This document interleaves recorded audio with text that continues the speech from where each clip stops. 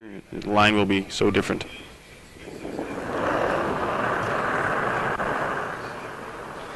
If there's been a common error this weekend, it tends to be on the upweight. Teams are just over-icing a little bit, and the stones are maybe just staying straighter than they expected. And and this is an example. This needs to curl. This really needs to curl, and he's missed it. And there we go. We've seen this a few times this weekend. Teams just playing these bumper or hack lengths, the speeds that are between full strike and draw length. And for whatever reason, the curl is not coming at the end like they expect, and they're missing on the outside. And that's been a bit of a theme this weekend. And whereas on the draws, the tendency has been to almost to over curl, to have problems getting around guards because the curl has been so aggressive. This was also a high percentage shot that they chose. There's not a lot of room for error on this one. If they would have played a back line onto that shot rock, they would have had more chances, I think.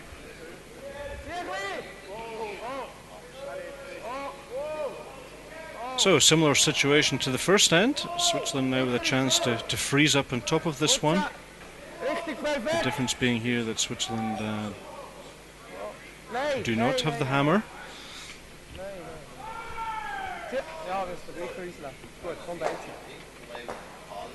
That's a really good shot. Mm-hmm.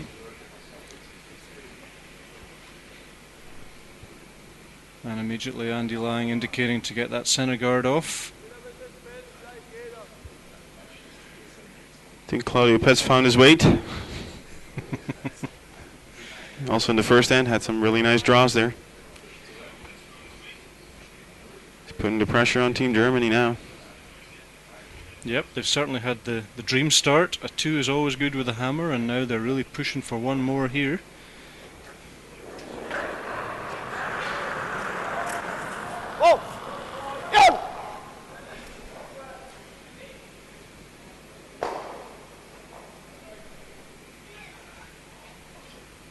Andy Kapp trying the run back, just over curl a little bit, but at least the two yellows are now wide open.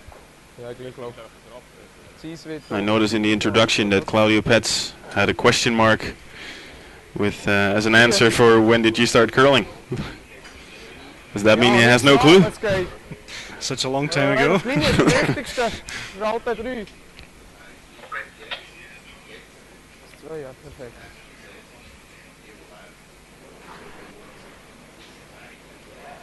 Can you remember when you started curling, Brian? I do. I'd rather not say, but it wasn't in the 1980s. I can tell you that.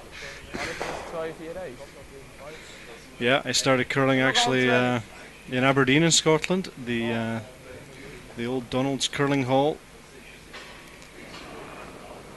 back in 1978, 1979. That was my first season when we were at school. And a lot of fond memories of that curling hall. It was one of those places that had been converted from another function. In this case it was a car showroom. It had been converted into a curling hall. And one of the more amusing stories was that when they finally decided to televise a game, the situation was such that they had to play all 10 ends in the same direction because they had problems with lighting and there was not enough space for cameras and things. So all 10 ends of the game that they were televising were actually played in the same direction. So the stones were played down, then they were moved up and played back the same way for 10 ends. It was one of the funniest things I saw in a curling hall. That's a good story. I like that. And the floor of the garage was actually buckled, so it meant that the ends behind the hacks there was about 14 inches of ice. That's about 35-40 centimeters of ice. And in the middle of the sheet there was like 1 centimeter of ice because the floor was like gold. So it made for interesting curling. And of course when you brought the TV lights in and things, then the ice at the ends where it was deeper was melting a little bit. So it was fun and games back in the 70s in Scotland. There was one or two curling halls like that. The famous one was Crossmalouf in Glasgow, which also I'm sure had many funny stories to tell, and I'm sure some people listening in Scotland will remember that facility. They were much more spoiled today with good ice, and still we're complaining this weekend, eh? Yeah, the sport changed really a lot, no question. The Olympic movement has given us Whoa. a lot more opportunities, but ice these days is Whoa, whoa. pretty much perfect compared to what we had all those years ago. And there's a beautiful, Stark. beautiful run back there, run back takeout from Andy. Here's a replay. Andy Lang moving some rocks here. Nice weight. Beautiful. And even though that yellow hasn't left the rings, he won't be too unhappy with that. He's just happy that the 4 foot's now free, so that he can stop this onslaught of the Swiss, who are at the moment, no question, they're on the upper side of this game. So Andy Lang getting his team out of big trouble there. Still the pressure is with Germany, because if Switzerland just draws the rings here, doesn't need to be buried at all. They can force Germany to take 1 point and get the hammer back. If they do make a nice come around though, they are in a position to steal. Läuft schon gut zu, aber jetzt zieht er schön rein. Die Länge hat. Achtung! Nummer Länge! Just to curl a bit more. Oh. Oh, oh, oh, oh, oh. Nice shot. Jetzt Kapp. They would like to have seen it a little bit more buried and a little bit higher, like we spoke before, to make it as hard as possible to move it back. This is fairly easy for Andy Lang just to come down there, pretty much exactly the same speed, and they'll just sweep it a little bit, move that yellow stone back 20 centimeters for shot. Hin, 4. I say it's easy, of course it's easy sitting up here, but every shot has to be played, and especially when there's big curls like this, when the stones kind of move fairly quickly, as you said before, Mark. If you're not sweeping or if you're not doing the right thing at the right time, it's easy to lose these. Sauber. So full concentration required. Looks to be a little bit long. Linie ist gut, dranbleiben. Weg, weg, weg, weg. Out. Weg. Kein Strich. That's looking pretty fine. That's a beauty. Needs to curl a little bit more. Needs to curl, but it's a little heavy. Eine. That's good enough still. Yep, perfect. So red scoring 1 point. Germany back in the game. 2-1 for Switzerland, and Switzerland with the hammer as we start this third end. Supi. Gut. Andy Lang really saved his team this end. They were in trouble. 2 nice shots Abtunen. by the 4th player. Ziemliche Scheiße, was bei uns 2 abläuft. Du spielst gut, normal. Aber das ist so voll Käse. Das heißt,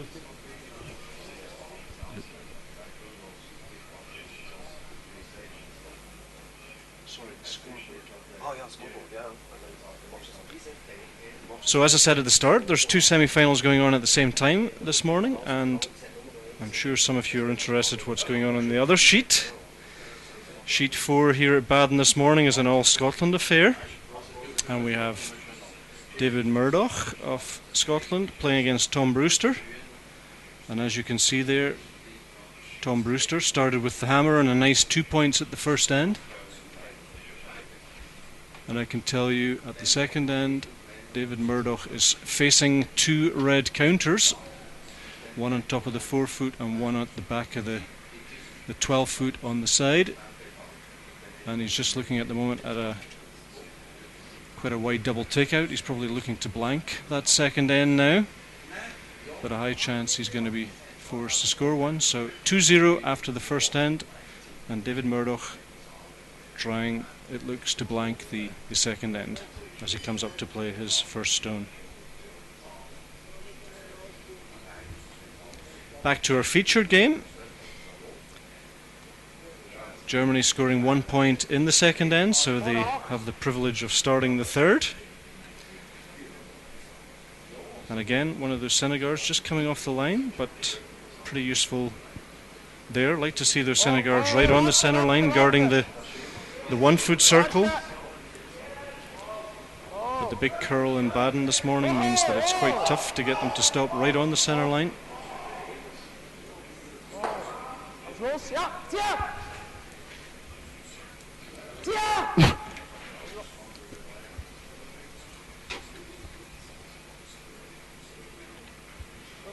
So Switzerland would have some options with that shot. They've got their first lead stone. They've just decided to put it in the 8 foot behind that centre guard. They would have, of course, the option just to draw the open side, or maybe even try to move that guard away from the centre line. But we can see from the way they're playing, they're feeling very confident and they want to go for goal. They want to make the pressure now on Germany.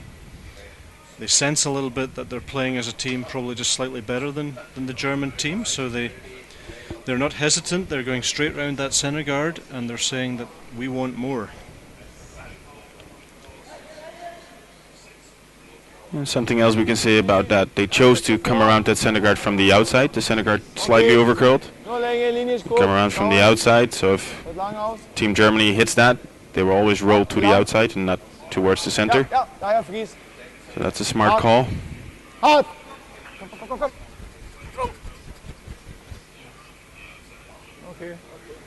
Absolutely right, and Germany have folded in now with an angle freeze, so we could get to see quite an interesting end developing here. But I think Germany have to be very careful, because honestly I think the Swiss guys are really on form and they don't want to do anything silly already in this third end. So a little bit of a story how these teams got here. I don't know if you saw the games yesterday, Mark. Andy Kapp with a very odd game against Thomas Ulsrud. Did you catch some of that game? I did not have the chance to see that. That game ended really early. It did indeed. Andy Kapp scoring 2 points at the first and then stealing 4 points at the second against Thomas Ulsrud of Norway. And I have to say, I've never seen Thomas look so dejected. It was fairly clear from an early stage in that game that things weren't going well, and those teams were off the ice after 4. Very unexpected. Obviously Thomas Ulsrud is current European champion and expected a very close game, and it was all over after an hour, so quite an interesting game that. So Andy Kapp obviously playing very well in that game. They had some excellent shots. Andy Lang really played well in those first 2 or 3 ends. So Germany capable of getting into the zone and playing some really good curling. And that's why I say they just have to be careful here. They don't get too clever too quick. We feel sorry for Team Ulsrud, but for us it's a consolation that even the best teams in the world can have an off day or an off moment. And that was theirs yesterday. Yep, it can happen to the best, no question. And as you say, Thomas Ulsrud really a world-class team these days, and they had their problems too. So it's refreshing, as you say, to know that everyone can. Whoa! And Sven Michel, the Swiss team here, he came through his quarter-final by beating Pascal Hess of Switzerland 6-3. That was a pretty close, pretty exciting game.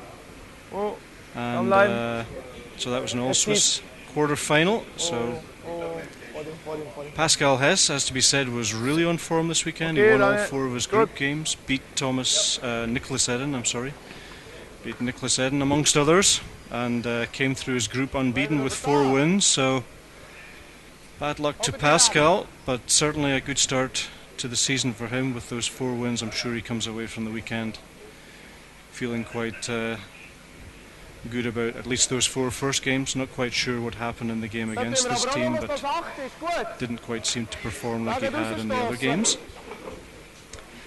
And then on the other semi-final we had David Murdoch. Did you see that game at all? That was David Murdoch against Marco Uzi-Pavlnini.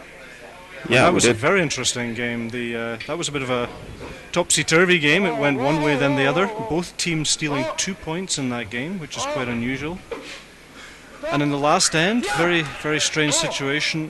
What appeared to be an open hit for the Finnish team, they elected to draw, and we had seen on Sunday the other draws that there was a little bit of paths on the ice, a little bit of runs. There was places where the ice was faster, and what was effectively a 4-foot draw could also have been just an open hit and stay.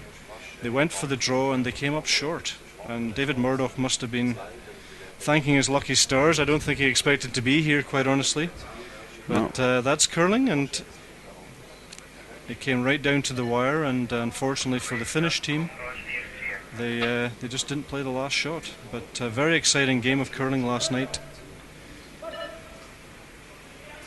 between those two teams.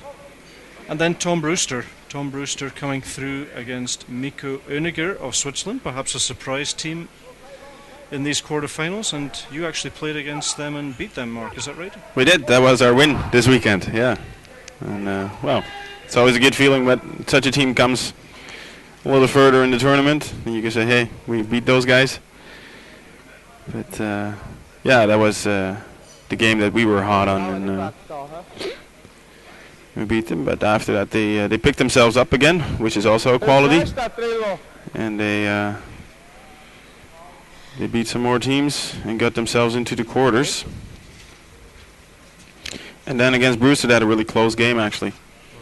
It came right down to the last shot, and Tom Brewster had to make a race hit to win the game. But of course, he has played those before, and he made it. But, they put the pressure on him, for sure. Yeah, I spoke to Tom So before. he'll come prepared for this semi-final. Yeah, I spoke to Tom before the game, and I didn't realize it'd been so close. And actually, Mikko Öniger picked up 3 in the 7th and really turned the game around. And although it was a 4 for Tom at the last, as you say, it was a real tough shot he had to make to make sure he scored. And he had full respect for the young Swiss team. They'd obviously played a very good game against him. So good to see young teams coming through. Looks like an interesting situation we got here now. Team Germany's putting some pressure back on Team Switzerland. They're line 2 shots. And especially that rock in the top 4 is a really good rock for Germany now. It's frozen up to the yellow rock in the 4-foot, and it's hard to remove that one. Exactly. That one's going to be there probably for a while. The 2 on the tee line or just behind the tee line, they're probably going to go fairly soon. But the one at the top, as you say, Mark, is pretty valuable to the German team right now. Switzerland's going to try and double those shots off the tee line there, and he makes it. Nice shot, although that red is now even more frozen, I think, than it was before. It is. Hard to imagine that red going anywhere, but there's still a few rocks to come. That puts a little bit of the pressure back on Germany. There's 4 yellow rocks in the rings and only 1 red one. So whatever he does, he needs to stick his shooter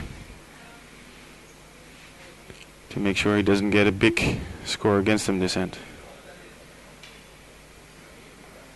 And that's exactly, like I was saying at the start of this end, what Germany have to be real careful about, because Switzerland have been doing this all weekend, getting teams into these kind of situations, and then with 1 or 2 super last stones, pulling 3 or 4 out of the bag and breaking open early leads. So, but if anyone knows that out there, it's Sandy Kapp. He'll be well aware of what's going on. He's probably a bit aware of what kind of game these guys have been playing this weekend. So he'll be razor sharp. He'll be making sure that he doesn't fall into those traps that maybe the other teams that have lost against Sven Michel this weekend. As you say, he needs to get another red in there. He doesn't want to move anything. He certainly doesn't want to move any yellows off the back of that red. So he just wants to get another red in there, pretty much where he was indicating with his brush right there. And try and hold the Swiss team to 1 score, 1 point when they have the lead. That's got to be Germany's priority now. It would be a bonus if they stole, but they won't be thinking like that. As you say, Mark, there's 4 yellows in there. Darf just keinen make Kontakt sure haben. that we come away with the same. Just a Lieber ein single bisschen kürzer, point. aber kein Kontakt. I think they'll be happy with that red rock up there, though. Bisschen weniger. It's got backing on both sides, so it's impossible the way they're set up now to remove for the Swiss team. So that's a little bit of a savior, and it's second shot as well. Exactly. So that's what's keeping Germany in this end right now. Exactly right. It's just the 1 point that they're happy to give. So at the moment, nothing Nothing too bad has happened, but they need to be real careful and get maybe a safe second shot or third shot in here. And there we go. There's a very nice freeze. Exactly where they wanted it. So any pressure coming from the front here, and the only stones that are leaving the house is probably yellow. Probably 2 yellows if you were to throw a full strike at that pack right now. The 2 yellows, the one on the tee line on the right and the one on the button on the left. These are the stones that would go, and that's exactly what Germany want to keep. Making sure there's yellow stones leaving the rings and not red.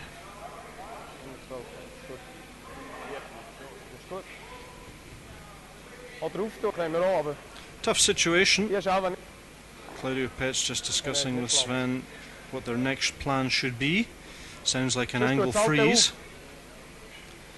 Sometimes tempting in these situations maybe to try and move something, maybe try and move the yellow that's behind the red on the left hand side as we look. Try to maybe just move that off the forefoot, give some space for those reds to leave the rings. But it does look like he's playing a straight angle freeze, so he's thinking ahead here. Or maybe they're looking to bump the red rocks a little bit just to loosen up that yellow rock on the back there. Exactly, yep. To, as you said, get some space in there to remove the reds later on.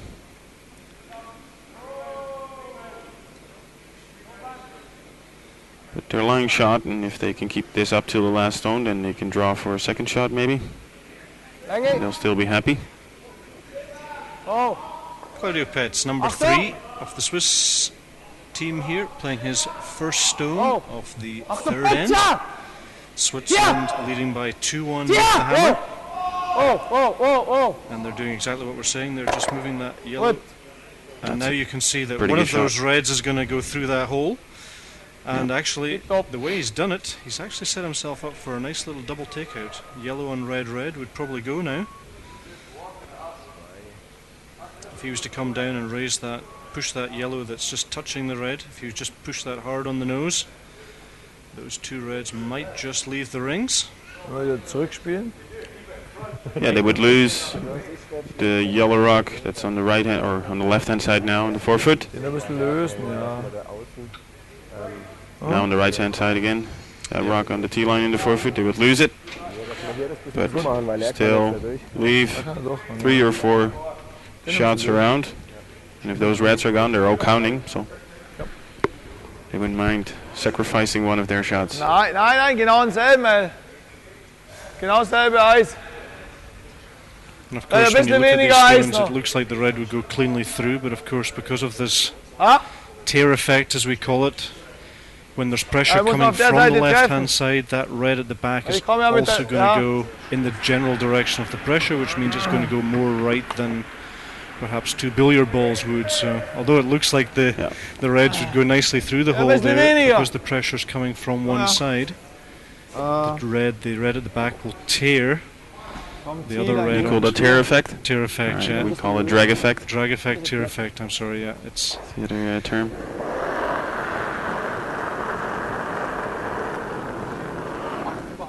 Yeah, if the rocks are really close, you get that effect. If the space between the rocks is a little bigger, then you would get the angles you would get in billiards, as you said.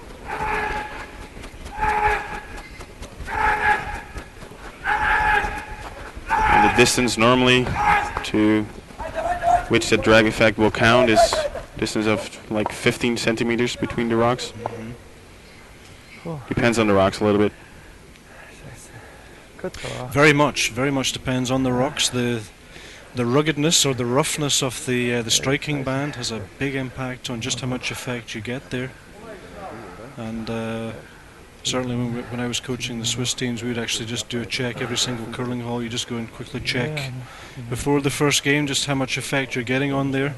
Yep. The effect can really vary a lot, between almost 0 if the striking band's pretty polished and smooth, and then you get a set of stones where the striking band is really rough, and you can get some huge effects, really like almost 45 degrees. which it's good to know that at the start of a bonspiel or at the start of a championship weekend, because you know at this level, at some point in the weekend, you're going to rely on that angle, and then it's good to know just what kind of effect, how intense or how strong that drag effect is. Absolutely, that will always come in handy. So Now they're looking at raising the 12-foot shot onto the red ones, and actually that would give even a better angle to remove both the red rocks. And I think that's the shot for them to play. Exactly right, Mark. Coming from that side now, the drag effect pulls the red nearest the dolly, pulls it in the other direction, which would pull it away from that yellow on the right hand side of the 4-foot. And that's probably the reason he's doing that. And look at this, if he can make that, he's going to lie a bunch. And that back red should go clean through. Yeah. Well, the German team took the other angle away from them, so this is the shot for them to play. If they make it, they'll be leaving 3 or 4 shots in there. And I don't think he can really hurt anything by playing this shot. Even if he misses it, I don't think he can do a lot of damage here. I don't think he's, if he misses it, it's hard to remove. He's not going to remove his own shot. But he's not making it perfect, so. Yep, you're absolutely right. That stone on the button is pretty much the safest stone. If you're hitting anything from that side, the stone on the button's probably not going to move. Might prove us wrong, though. Yep, it always can.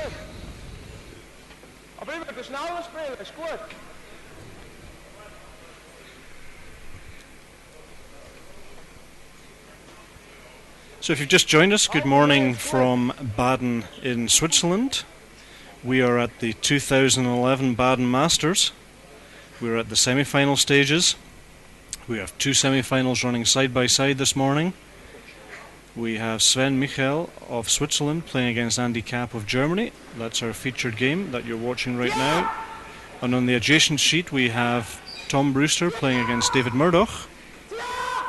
Tom Brewster leading that game 2-1. It's perfect. That's a beautiful shot. Claudio Petz showing us caliber here.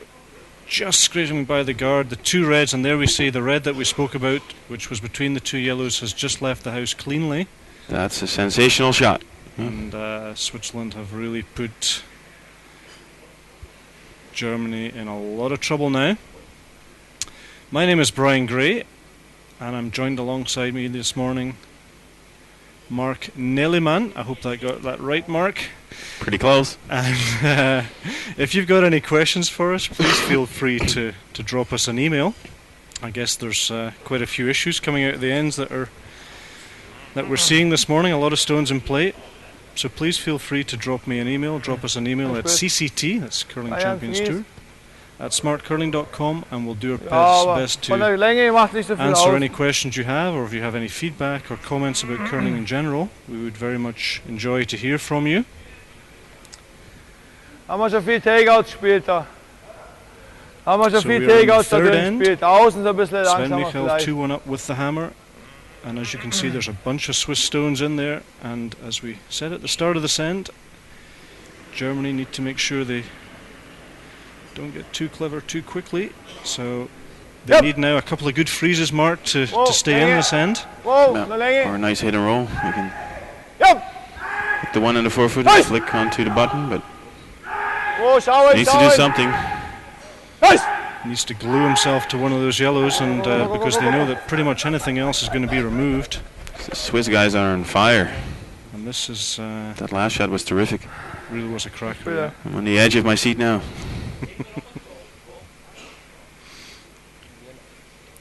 So Germany coming up short there. Switzerland still lying 3.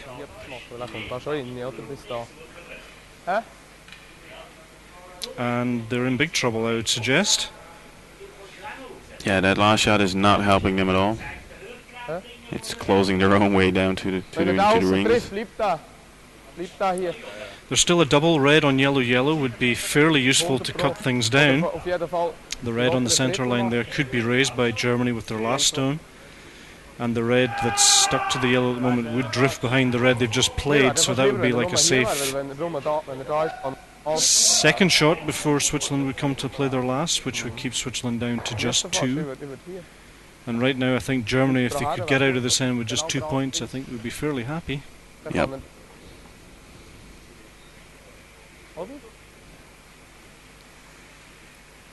Nee, würde nicht gehen. Das hier ist ja nicht so schlimm, oder? Dann ist da besser.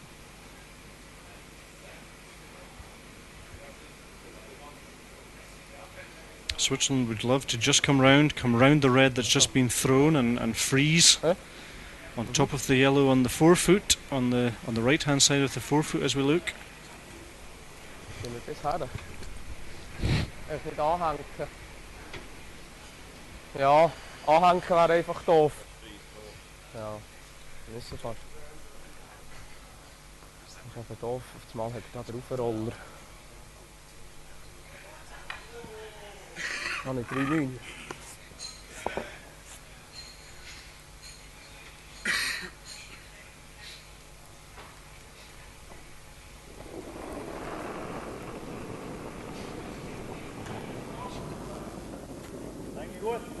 Zieh ein bisschen.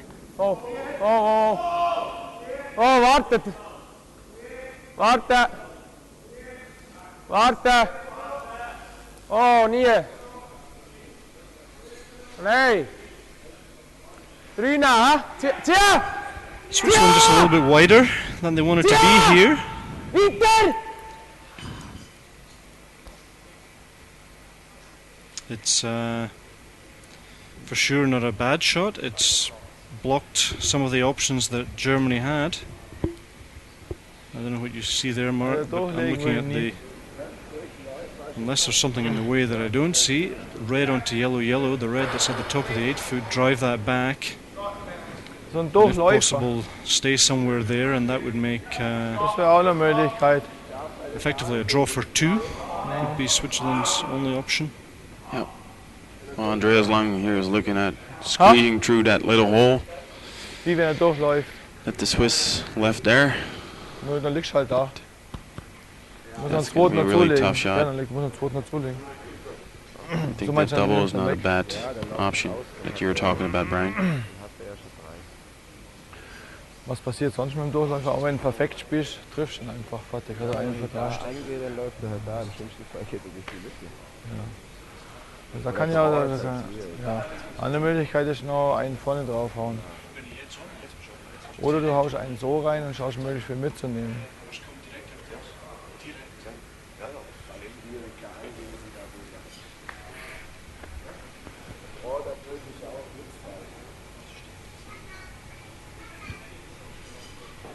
Was passiert, wenn er einen Voller trifft?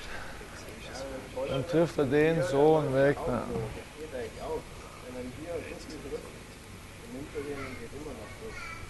Was haben wir hier für Optionen, wenn wir da auf die Nase draufhauen? Ja. Dann macht er 2. So Germany's Germany. still looking to squeeze through the hole here, I think. Yeah. I think they have a slight favor for the in-turn side. I've Und dann muss er seen them choose the in-turn over the out-turn a couple of times. Wenn er da trifft, nimmt er mit, dann bleibt er da liegen. But now they're looking at the double maybe. Und wenn sogar noch... Well, what I like about the double is that first of all it's pushing their only red stone. It's going to make it Aber wenn du better ein than the bisschen red stone rausrollst, ey, dann nimmst du ihn mit, better dann than bleibt the er yellow liegen. stone at the back of the 8 foot. Wenn hier So mit if the der double Auswahl does muss er come hier off, that treffen, red stone dann would be trifft er lying den in Zapper. second Du position. musst ihn eher so mitnehmen, dass The er... second thing I like is that because of the angle they're hitting, da triffst du ihn their gar other nicht, ne? shooter, Dass the du so shooter weit that rüber they're rollst. actually playing now, it would stay Also somewhere mit dem in kannst du line eigentlich with stehen. the button and would make Mit dem the kassiert man draw for mindestens 2 2 bis 3. that bit harder. So there are a couple of merits. There we go. Exactly that angle is what they need. And then the red would just sit somewhere just to the left of the centre line and would make a draw Bloß for wenn 2 du really zu voll tough. triffst und der geht Ding, dann hat er They can liegt er hit that 5 red dazu. close to nose, close to the center of that rock. Da ist mir eher Then, noch der sympathisch. like you're da saying, reinrutschen leaving the und shooter in a so perfect viel position. möglich wegzukriegen. And squeeze the red rock onto third shot if they get the double. Also ich behaupte, dass immer The noch other thing I der like about that shot is that they get away they get rid of one yellow rock at the least. Really good chance to get 2 out of there. And they really need to cut down Switzerland here, otherwise it might be the end of this semi-final. And the problem, of course, with this mark, they're looking to catch maybe 3/4 or just about on the nose. If it doesn't draw enough and they're playing full strike, then that red might bounce out the 8 foot. And they could theoretically leave then Switzerland with an open draw for 3 or even 4. So I'm guessing that's why they're a little bit hesitant to play it. I'm not really sure any other reasons why they wouldn't play that. This seems to me, this coming through the hole or whatever else they've got planned here, this seems to be a very tough call. In the championships, this would be one of the moments where we would see a timeout, I think. Have a coach come onto the ice and tell the team what to do. But we don't have that here. Now they need to sort it out for themselves. And they're playing the intern through the hole. They've got a little bit of margin on this shot because they can rub on either one of those rocks they need to pass. It's even a strike. He's actually going to play a strike and just rub right through the hole, I think. Needs to curl. It's not curling enough. He's got it. But squeezing through. That's a pretty good result. He's still going to lose 3, but... Oh, maybe even... Yeah, 3. Could be 4, actually. If it got a little bit thinner, the red might have bounced further over to the left and would have probably rolled onto the yellow stone on the button. Yep. Probably what he was hoping for.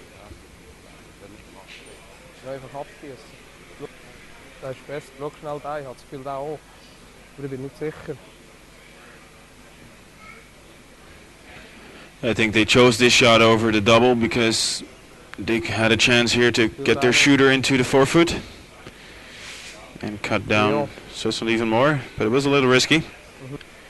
There is a chance here for Switzerland to get 4 points if they manage to hit that red rock out of the rings and stick their shooter in the full 8 foot.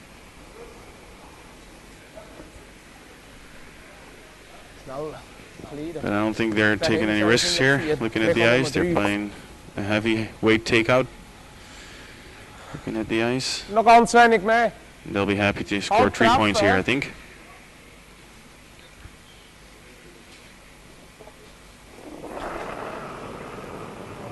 That's a fair bit of strike weight. They're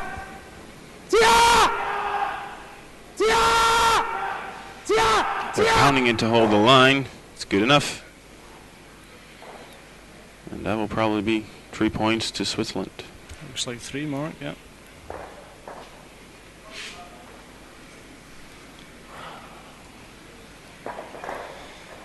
And a chance for 4.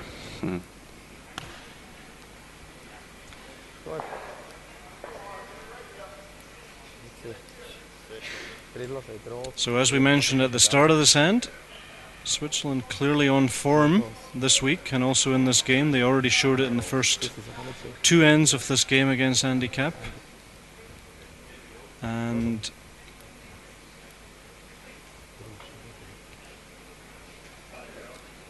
this is a measure for 4. I think it is 4. Yep. So 4 points. Switzerland spring into a 6-1 lead, and it's pretty much what we discussed at the start of the end. It's this team are clearly on form, and maybe it was just a little bit... They got involved in a very complex game. They're Germany. Sometimes it's hard not to get involved in the complicated games, but my feeling is that they had to go into that end maybe with a clear view of what the worst was going to happen, knowing that maybe their opponent was playing a good bit better than they were. And as it happens, we have already in this third end, we've got Switzerland jumping into a 5-point lead now. And it's going to be very, very tough for the Germans to come back from the situation. Or how do you see it, Mark? Well, as you said, we predicted it at the start of the end a bit, and that's what the strategy is about. If you don't recognize that situations early enough, you get into trouble. And once you're in that mess halfway through the end, it's hard to get out of it. The only way to get out is to go in.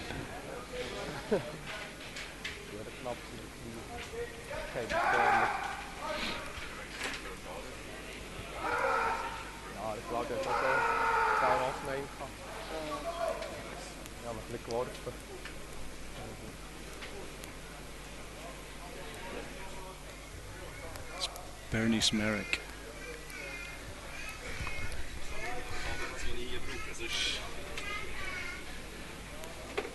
If we have sponsor for new for additional cameras, we can.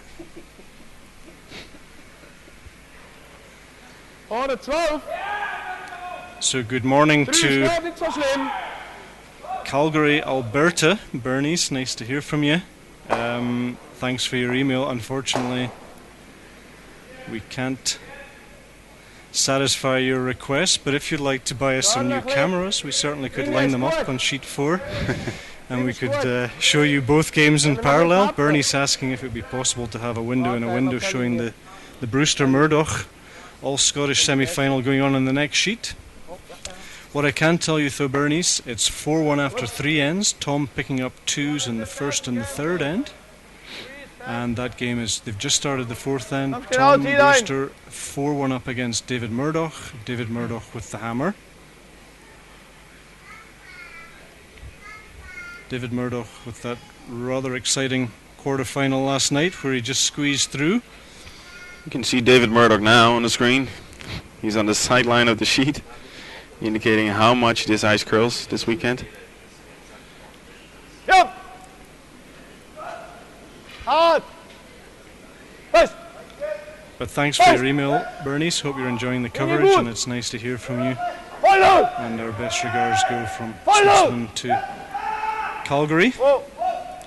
2 o'clock in the morning there, so some curlers never sleep, but this we know, Mark. Some diehards out there.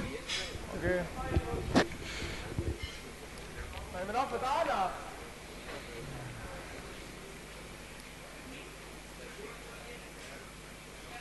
So now the strategy changes, as you'd expect. 2 reasons for that. Switzerland now playing very defensively. They're going to rip off this corner guard. The 2 reasons, first of all, that they don't have the hammer anymore. So after scoring 4 points, the last thing they want to do is give 3 or 4 right back. And the second reason is that they're simply 5 points up, so they don't really see any reason at the moment to have too many rocks in play. But unfortunately for them, Sandro Trollet had a clearing on that corner guard, but it hasn't quite worked out for him. Wir können es aber zu Tode friesen. Wir haben Changed the einen colour drin of und the der guard. Corner Guard. Which means that Hab's mit Germany have a 0. chance at some point to get behind that guard and give themselves a chance for 2 or more points here.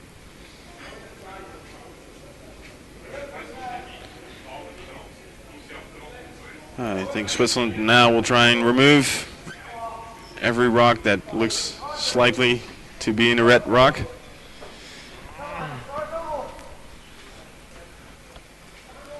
Absolutely, at 6-1 they're going to be pretty much all out defensive, especially without last rock. Dann verteilen wir es ein They're not going to bisschen. want to do anything particularly Weil der stört uns clever. They da. just want to give muss Germany da 1 liegen. point right now and move on to the next end.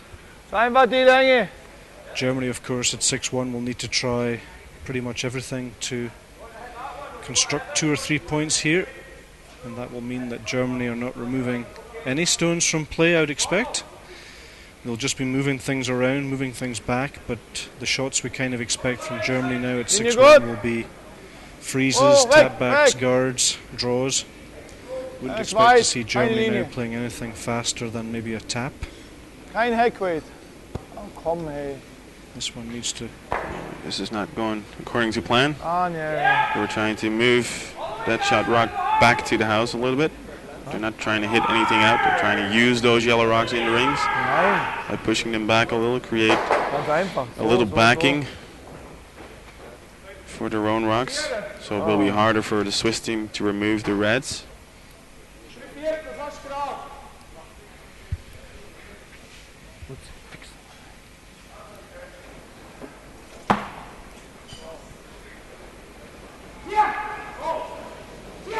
So Sandro now with a chance to redeem himself, and that's a beauty.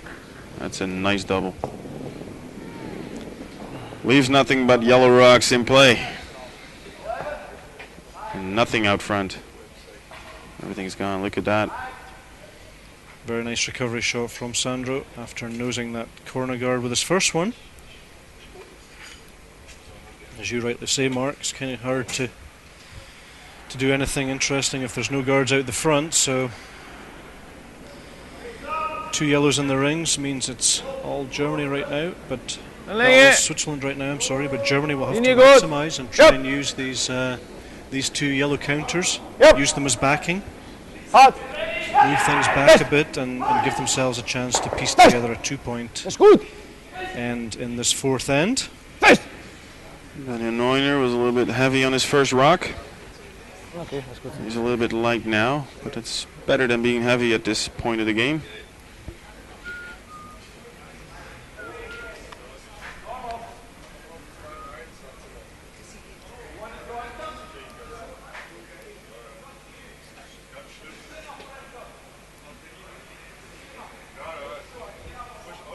So Mark, you mentioned before there are 3 teams, 3 men's teams playing in the Dutch National Championships.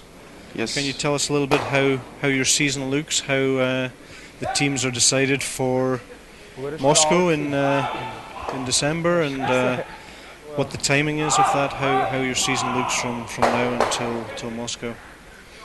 It's going to be an interesting year for us because we've got a new system created by the association according to what you do, how many times you practice and how many tournaments you play. You score points, so it's like a point system, and you've got to get a minimal amount of points to be able to compete in the qualifiers. It's the first season we're trying this. That's to the aim of that is to try and get the intensity of which teams prepare for qualification and for a European Championship up to a higher level. The qualifier will only be 1 weekend. We'll play a double round robin, and the winner of that will represent us in Moscow in December. Personally, our team would have liked that to be at least 2 weekends. We would have liked to have a little longer run. So the team winning has to show a bit more of a consistent performance instead of just peaking in 1 weekend. Because the Europeans is a whole week. And that playoff's 3 teams or 2 teams? The playoff for the Europeans, is it going to be 3 teams or just 2 teams? That's going to be 3 teams, yeah. But you have to show a certain level of training, a certain level of commitment before you even get the ticket to that playoff. Is that right? Yeah. Absolutely. That's the first time I've heard of that, where really like team trainings will be used to assess whether teams are making the correct commitment to the sport. Yeah. I think it's a good start, good change.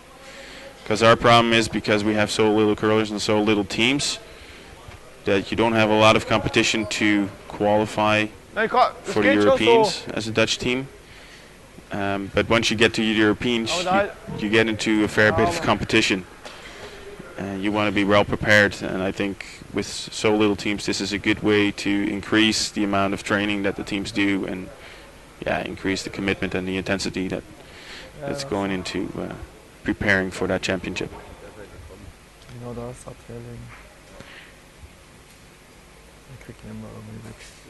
And also that's why my team would like it to be 2 weekends or more that the qualifiers played over.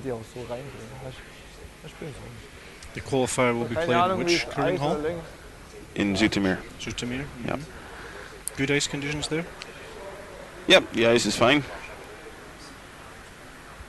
When I arrived here on Thursday afternoon, I've got a text message from my colleague at the curling rink saying there was a problem with the machines at night.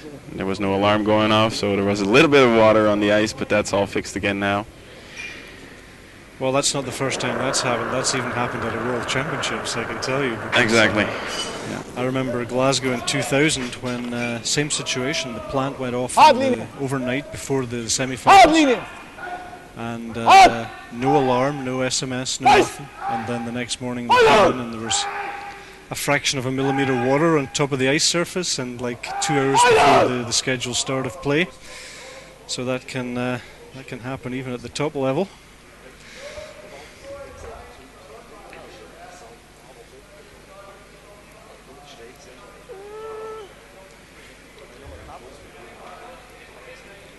As we see a very nice shot from Germany. They're deliberately leaving these yellows lying around in the circles. And they're just trying to make these takeouts as hard as possible for Switzerland. And with this one they've succeeded, because it looks like at one point Sven was even looking at raising the yellow onto the red because it's so hard, but now he seems to have changed his call and just some sort of tap back. Remove the backing from the red stone so he can remove it with his next one. That's a veteran call. That's a really smart call. You would normally teams would have the tendency to hit this, but he's just tapping, sitting right on the nose of that red rock, taking control and removing that backing out of there. So with his next shot, he can remove that red shot. As you say correctly, Mark, a very mature call. These are the little mouse traps that Andy Kapp leaves for his opponents. But Sven Michel is having nothing to do with it. At 6-1 up, a young skip, as you say, might just be tempted into throwing a nice fast takeout and getting that red out of there. Just opting to... Just a little wide on that shot. We could see that in the sliding. He had a little drift in that sliding. That's the reason that rock did not curl. And the way the situation is, even with that miss, it's going to be real hard for Andy to pick up more than a point here. There's very little room for maneuver in that 4-foot circle. And Andy Kapp would like to get a second red in there. But it's going to be tough. Wenn du nur tappst und da liegst, dann kriegst du den nie mehr ins Spiel und Also er haut drauf a und little willst bit am whether he zweiten should machen. move the Hau da red rein. onto the yellow now, Schau mal, or dass wir whether wieder he ein should bisschen do it later, mitnehmen. Dann bleibt der da Opting to liegen und der move bleibt da the liegen. Den yellow muss er off erstmal now, bringen. which would Er leave braucht bloß eine that ziemliche red line one Geschwindigkeit, weil er muss stone. den nur lösen, dass der besser liegt da. Also den sollte Different options here, er genau zwischen rein. but I think we'll see Andy Gleich. Kapp Ja, asking his gleichzeitig, aber fourth du musst player, schon mit, Andy Lang, just to come onto that yellow that he's touching with his brush now and remove Ja, the eben. yellow deswegen from wäre es the vielleicht sogar button geschickter, wenn den leicht zuerst and triffst. leave red lying at least one. And Er muss nur schnell sein, who das ist knows if you can wichtig. get the right kind of action Ja. from the yellow stone on the left hand side. Selbe Might Länge come wie against the vorhin. yellow on the right side and might come towards the 4-foot.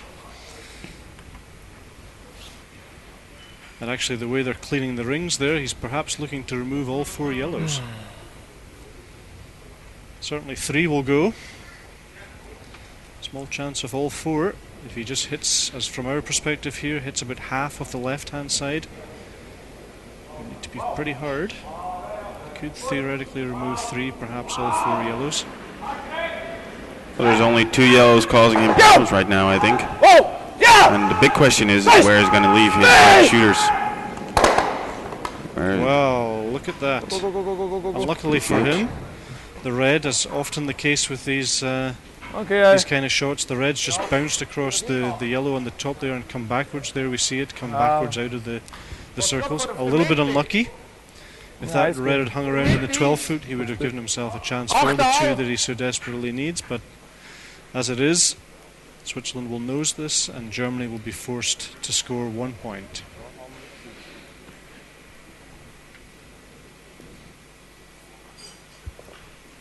And as I was saying, Brian, that was the main question: where are the red rocks going to stay after the shot? And this did not work out fine. And maybe this was a little bit too heavy for a hit in this stage of the game with this score. Well, that's right. As we said earlier, the shots you kind of expect to see the team that's 6-1 down. You kind of expect them to see them playing these soft tap backs and moving stones around, but maybe the situation called for a takeout there, but maybe a little bit faster than maybe it needed to be. This was a little bit impatient for a veteran like Andy Kapp. Got the angle slightly wrong. I think if he just got it slightly cleaner, maybe a little bit less of that first rock, he probably would have stuck around in the 8-foot somewhere. And then we'd be praising him, of course. For sure. But as it goes, that's curling. You have to make the shots as well. And As it is, it's a point for Germany. Not particularly helpful for them, but in this fourth end, Germany pick up one to go 6-2 down without the hammer. So 4 ends to play, and Germany needing effectively 4 steals or give one and get a big score somewhere along the lines. But it's going to be tough for Andy Kapp and his team here to get out of the hole that they've dug themselves into in that third end.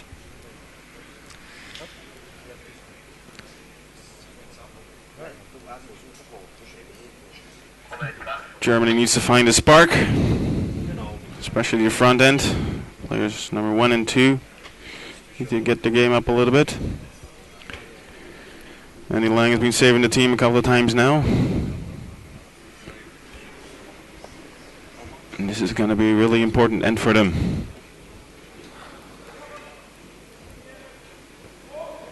It's do or die now.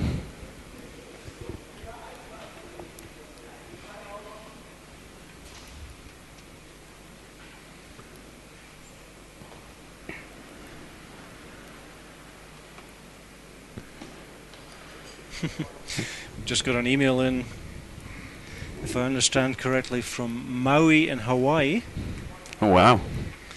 So people in Hawaii tuning in to watch curling in Baden and Switzerland this morning. That's great to hear. Thank you very much for your email. It's Sandro's sister. Oh. She with the laptop on the beach. Sandro she's wishing her brother all the best. Andrea Sisuvong, sitting in Hawaii watching this curling game live from Baden. Thank you very much, Andrea, for your email. Hope you're enjoying the performance, and it looks like your brother and his team have got things well under control. 6-2 up with the hammer is a good situation for them, but great to hear that you're enjoying the coverage on the beach in Hawaii.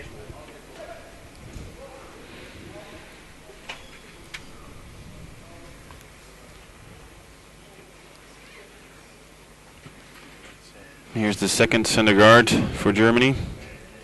They're really looking to steal this end, so they're going all out aggressive. As I said, it's do or die.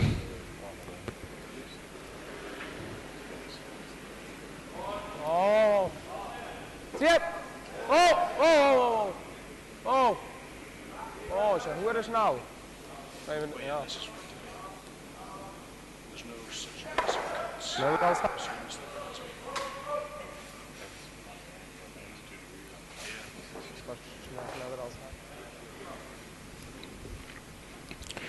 Now Switzerland just tried to move that rock over to the side to get it out of the center. But with the first 4 rocks, you're not allowed to remove any opponent's rocks from play. Most of you will know that already. That's called the free guard zone rule, but for those who don't know. And this red rock was removed from play, and that was not allowed, so that the situation was being put back.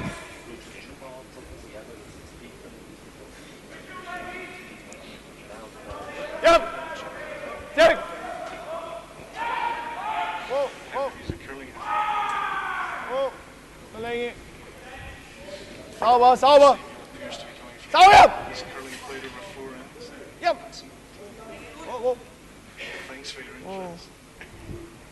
Were you here in your Voll 4. Ja, komm rein damit. Ein bisschen.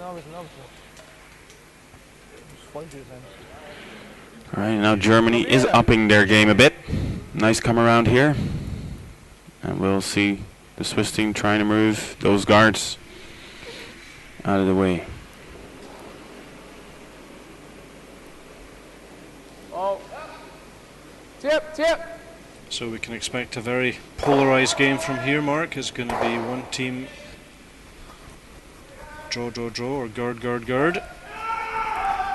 And that team would be Germany. Another team, the Swiss, are just going to try and remove everything from play. But a reasonable setup here for Germany. They've got a stone at the top of the 4-foot, which is always nice. And they've already got one guard in play, so The goal now is to keep placing guards without leaving any easy double takeouts. And that means this guard should be up at the hog line end of the guard area. On the centre line, maximum distance between the two guards, preferably 3-4 meters. And it just makes any run back that bit harder. So you can see they're deliberately leaving that guard up high. Now they're trying to pull it in a bit more by sweeping. Like you said, they don't want to leave any easy doubles for Switzerland, so they're trying to get all the rocks in a straight line. And if they can keep this up and prevent Switzerland from throwing a double, they might have a chance to steal 2 points in this end. But still a lot of rocks to come. And there's the double. There's the double, and I'm guessing the yellow's just rolled away. It has, so perfect curling shot, despite the distance, a good 2.5 meters between the rocks there. Switzerland making it look very easy. And I think Michel is really happy with his second player today. He's thrown some pretty nice doubles with the upweight hit. Still a chance for Germany to get away with a steal of 1 here though, if they can keep placing that guard in a nice position.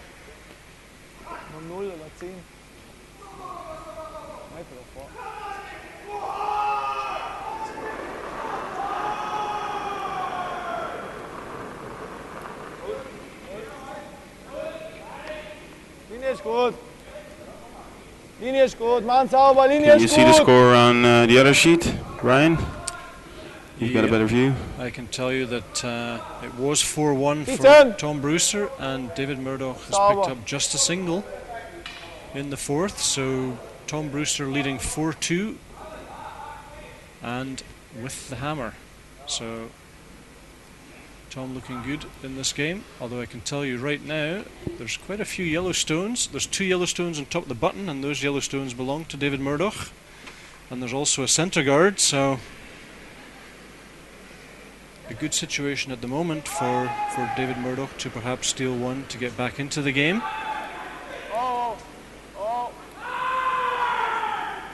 That's good. So.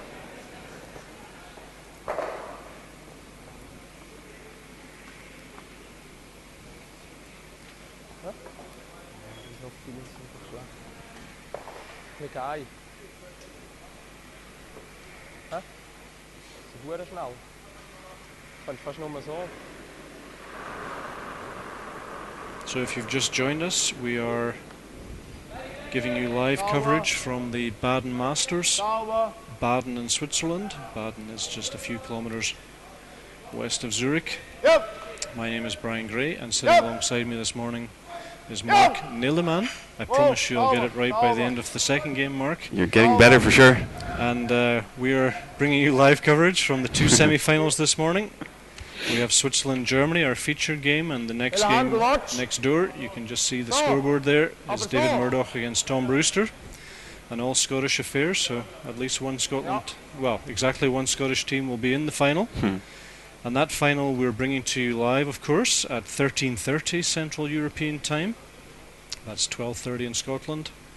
So hopefully you'll stay tuned. After the end of this game, there's about a 2-hour pause or an 1.5 pause. And then we'll be back to bring you the live feed from that final game. The Baden Masters is, of course, the first event on the Curling Champions Tour 2011-2012. And an excellent chance for a lot of these teams to kickstart their season. We had 20 teams here, 5 groups, four groups of 5. Teams from all over Europe coming to Baden to start off their season. And from those 4 groups of 5, 2 teams progressed to the quarterfinals. And those quarterfinals took place last night at 8 p.m. And the 4 teams that we see in front of us right now, those are the teams who came through those quarterfinals. Some really exciting games. Both Scottish teams coming through by a hairbreadth. Andy Kapp, team featured here, coming through rather easily against Thomas Ulsrud. And Sven Michel winning an all-Switzerland duel against his countrymen with the team from Pascal Hess. So we've had some excellent curling this weekend. Good ice conditions here. Big swings. Giving the team something to think about. That's a well-organized event.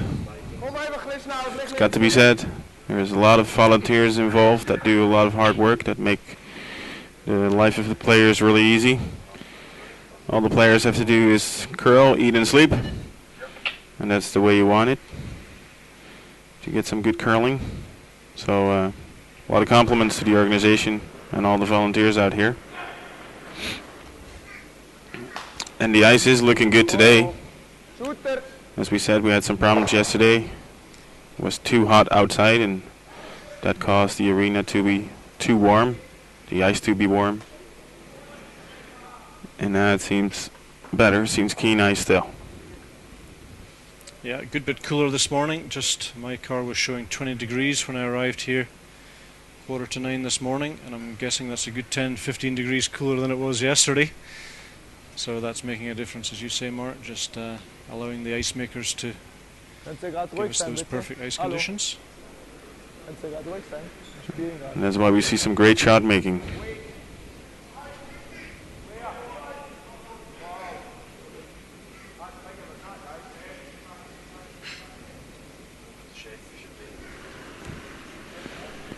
There in the back we can see Armin Harder. He wants to be on TV as well.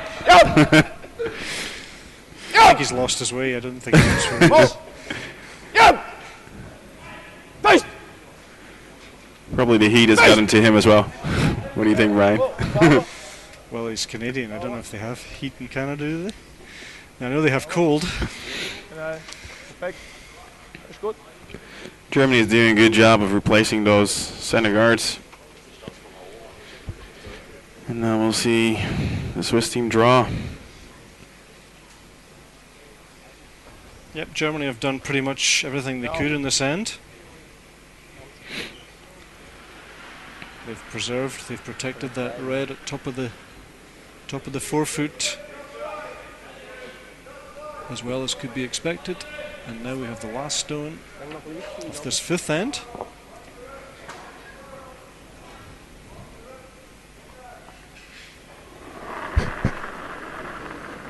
Sven Michel, last stone of the fifth, needs to bite a piece of the button.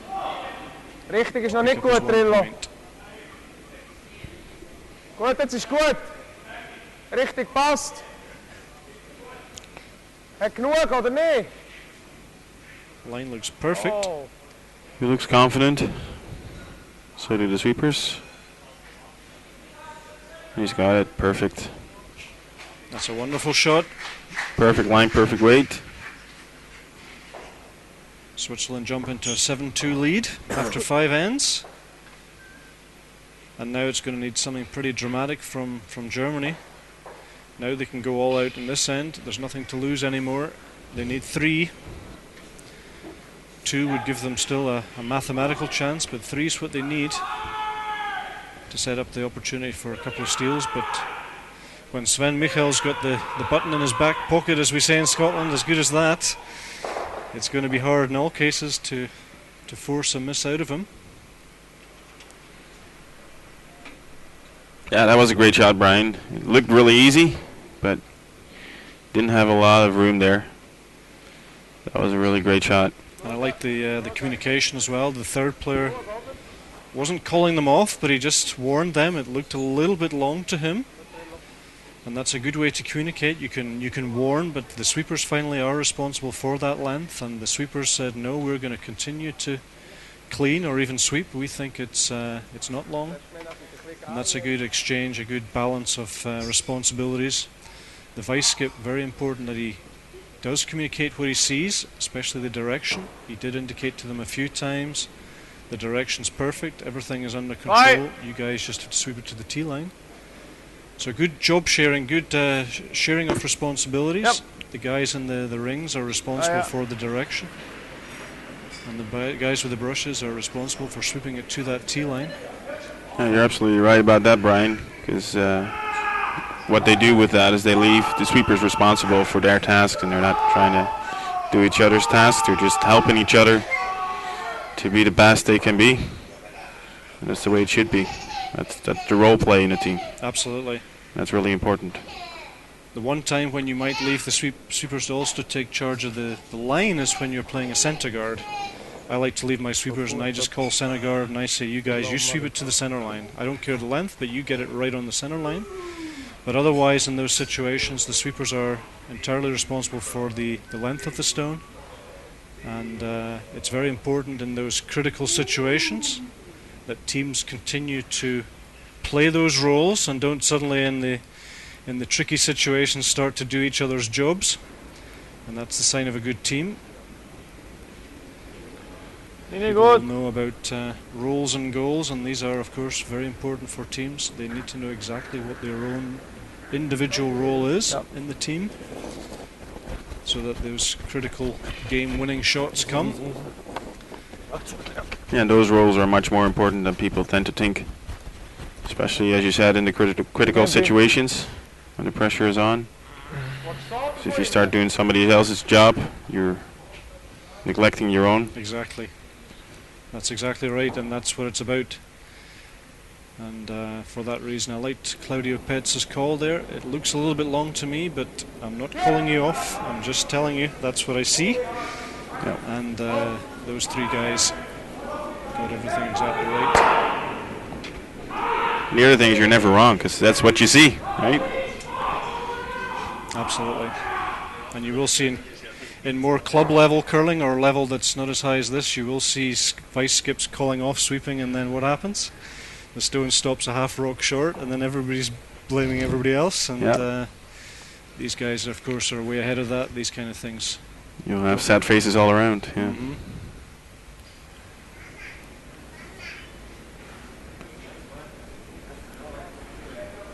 Strategy is still the same. Germany is trying to get rocks in play, and the Swiss team, Michel, is trying to remove as much as possible.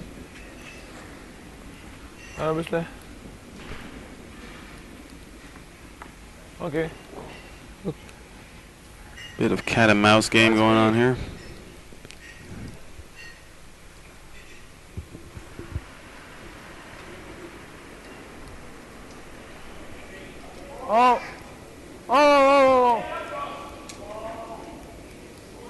Good to hear from you, Silvana. Hope you're enjoying your pina colada.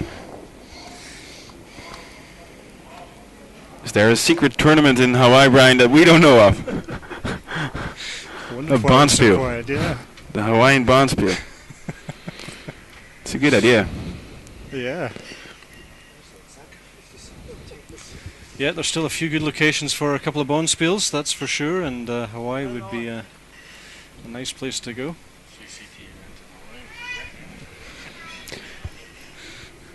That will be the PCT event then, the Pina Colada Tour.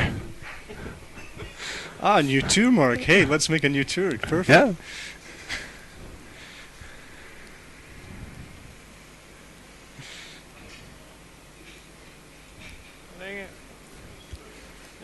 Still waiting for the first Dublin International Bonspiel. This has to be a place worth visiting, I think, and there is. Occasionally I hear talk about there being a Bonspiel in Ireland, but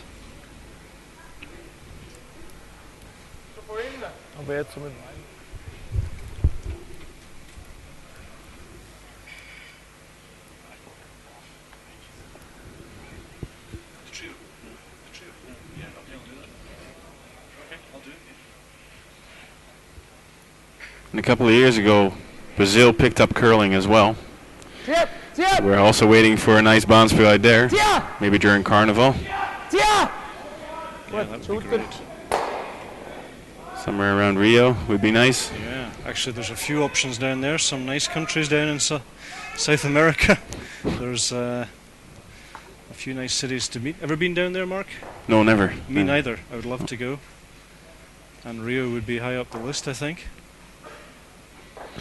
So we got to get those countries off soccer and into curling.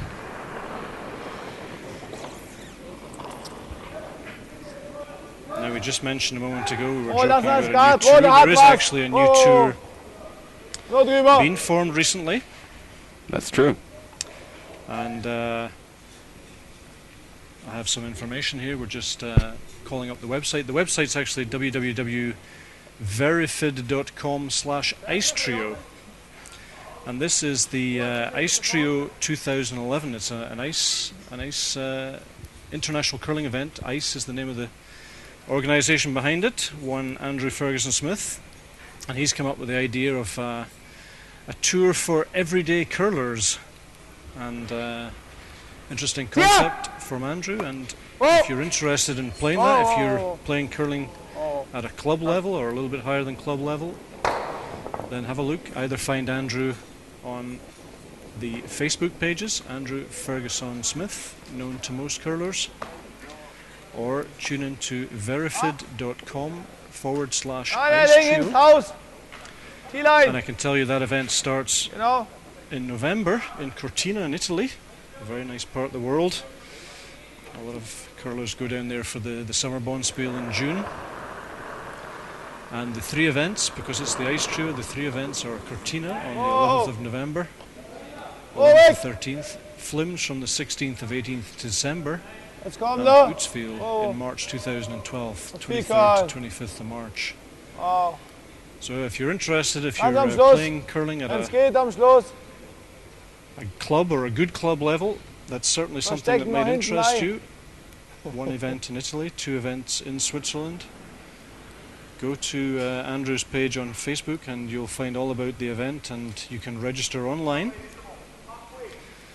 Closing date for registration. Knaller. Na ja, das geht.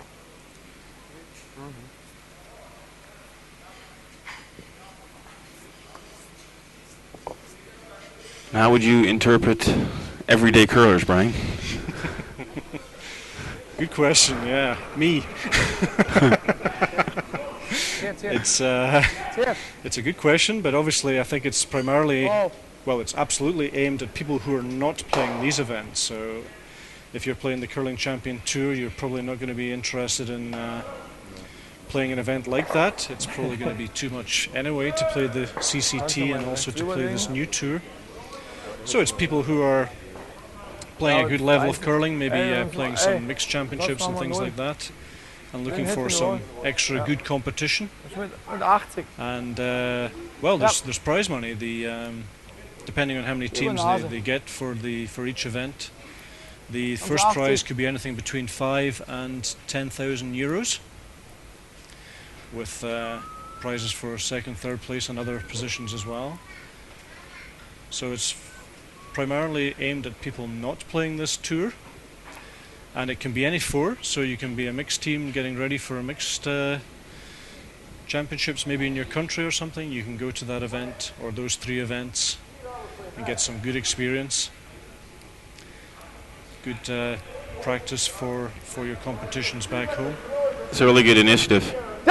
It's a great idea, and I think one of the main drives of this is that the ice conditions have to be really excellent. I know Andrew is a stickler for good ice conditions, and this the theme of this competition is very much, well, you'll read it if you go to the website, optimal curling conditions, and that's really one of the main things. There's sometimes we go to Bonspiels in some exotic places around Europe. Sometimes I've been to Russia recently a couple of times, and other competitions, Latvia and these places. And the ice conditions vary, and I think really the theme of this competition will be that you get excellent curling ice to play on. So it's good preparation for a competition, for maybe a mixed championship or other championships in your own country. And what I like about it is it's a good place to start for teams that are at the start of their career, new teams. Get some competition in, but are not looking to get their ass whipped yet. Absolutely, yeah. It's obviously the CCT sells out pretty quick. There's not a lot of spaces in these competitions. It's a very exclusive, very elite bunch of players who get to play at this level. So for teams starting out, it's maybe a stepping stone on the way to the full-blown tours. And I can also tell you that there's 3 events, and you're actually allowed to register as many as 8 players, which means that if you have 2 or 3 extra players in your team and you want to give everyone a bonspiel, then you can plan your season accordingly. Obviously only 4 or maybe 5 people can play any one event, but for all 3 events you can register 8 players and try things out at the different competitions. Yeah, so if you have a chance to go, don't hesitate.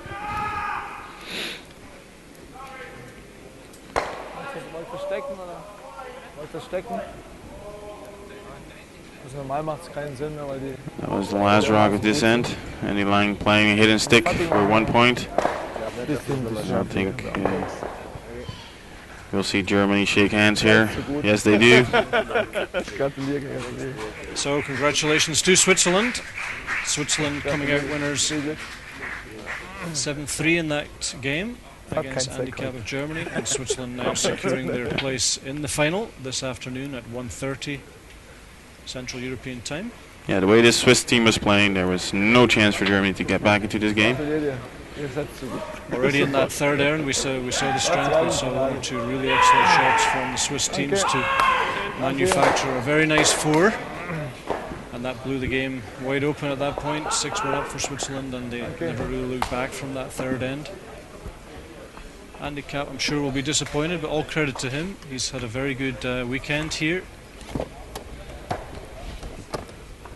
Well, I think they can be happy with the result. They made it to the semi-finals, which is always a good thing at these events. It's hard to get there, so it's good if you make that. And besides that, he has a little bit of a different lineup this weekend. He was playing Thirds Rock and had Andy Lang playing Skips Rock. And there was a new player in the team as well at the second position. So all in all, a little bit of a new team and new lineup. So I think they should be really pleased with their performance out here. And they get to take away some nice prize money, which they should also be happy about, I think. So congratulations to both teams, and the good news for people who've tuned in this morning is that we are going to take a look over to sheet 4.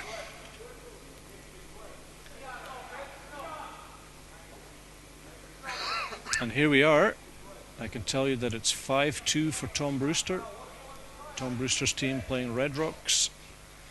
5-2 for Tom Brewster. David Murdoch with the hammer, and it's the 6th end.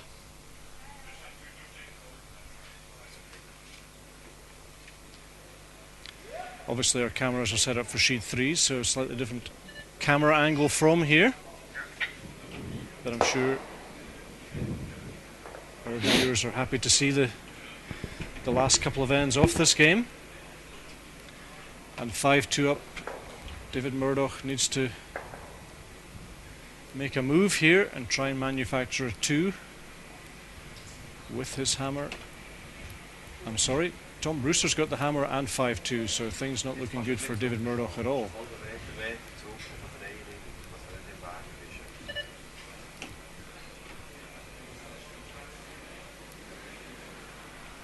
It's Glenn Murad with his first, I think.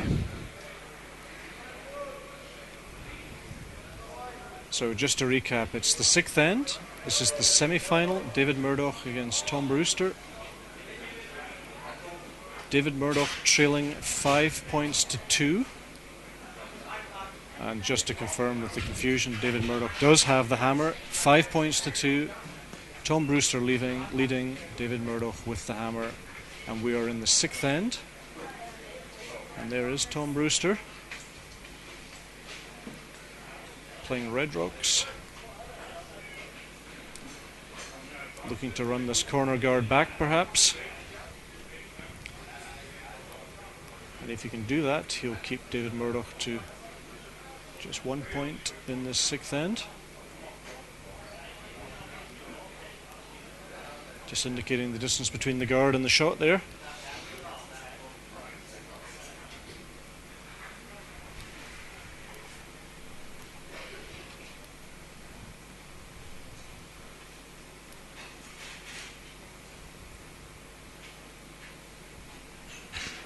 This is Greg Drummond's second shot. of this end. Looking to remove one or maybe two yellows. One will do.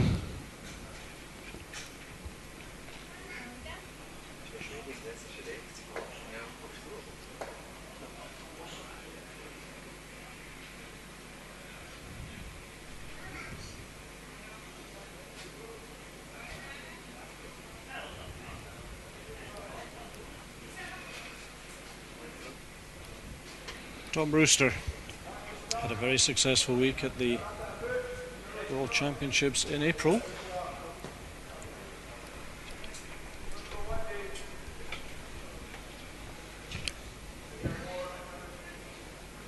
Had a lot of respect for the way that Tom went through that week. He went in with his rookie team and had a really excellent round robin and ended up getting the silver medal. But a very impressive performance. Absolutely. It's a fairly young team, as you said. I think they have a great future ahead of them. I'm sure Tom won't mind me saying he was for a while the best Scottish player never to win the National Men's Championships. And so it was really great to see that he did do it, that he really put on a great show at the Worlds and showed his calibre really in his first Men's Championship outing. And all that in front of a Canadian crowd, of course. Team Murdoch here was looking to freeze to that red rock in the back of the rings. He chose that over playing another corner guard. This way they might have a little chance to maybe get 3 in this end. Although they probably will be kept to 2 points. But that also should satisfy him, I think. But they had to make a play sooner or later on that red rock, because that was the shot rock.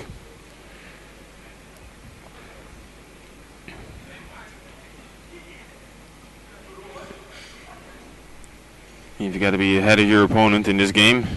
If you're one step too late, you'll cut your chances.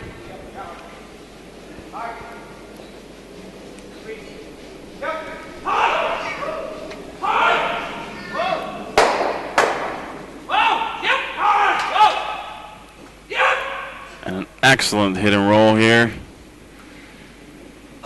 by Tom Brewster himself. That's really an excellent shot, and it puts into doubt now if David Murdoch can even squeeze 2 out of this situation. David Murdoch can have to find a way to get that red out of shot position. Just looking to maybe move the yellow back onto the red at the back there. Get the red out of shot position and still try and keep his shooter. That's going to be tough. David Murdoch needs to keep his shooter in play here, if at all possible. I think it will be better for him to just freeze down to this red rock, give up that yellow in the back. It's hard to keep that in play, I think. Or is there a possibility if he hits the red rock that he pushes the yellow onto the red in the back? Get both the red rocks out and leaves 2 yellows in the rings? It's possible, yeah, or that might be there. Perhaps just move the red onto the yellow, move the yellow back, freeze the yellow one at the back, and line the angle up so that the yellow and the red would then mean that the red would leave the house that way.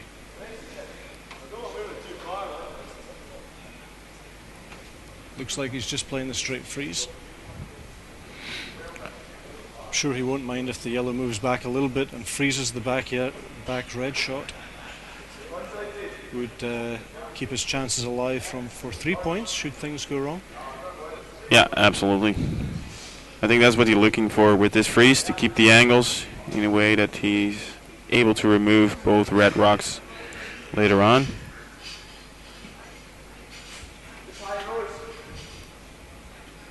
So David Murdoch with his first draw of the 6th end, trailing 5-2.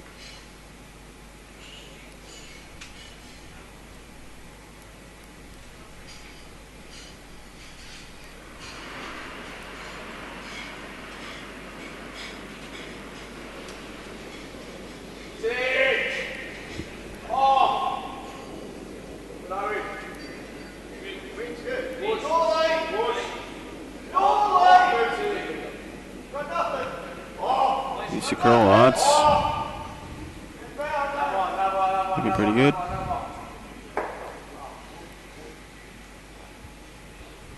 It's not working out though. He's leaving the Red Rock even in a better position for Tom Brewster. And his own shooter rolls to the open side. And it's now easy for Brewster just to hit that. The thing they're discussing now is where they are going to leave their red shooter. If they leave it right there, where the broom is, there might be a chance for a double. And we've seen David Murdoch make those in the past, so Tom Brewster not underestimating his opponent here. I'm sure if Tom sees a way to get rid of those two, he'll take it. The problem is that they are quite close together. Yeah. He just needs to be careful he doesn't make things worse here. I think the easiest shot here would be just hit it and roll to the other side of the forefoot. Force one.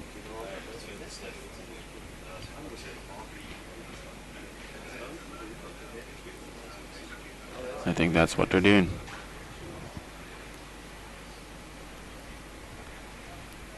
So red line, second shot. So Tom Brewster with his last stone of this sixth end, just looking to come down, hit that yellow, roll to the right, we think. Roll to the right, stay in the forefoot, and basically force David Murdoch to right 1 point.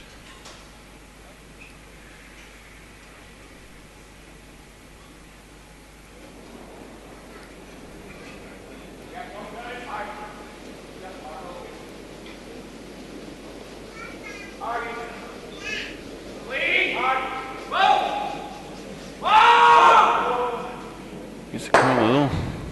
Wow, he's left a double for two. Look at that.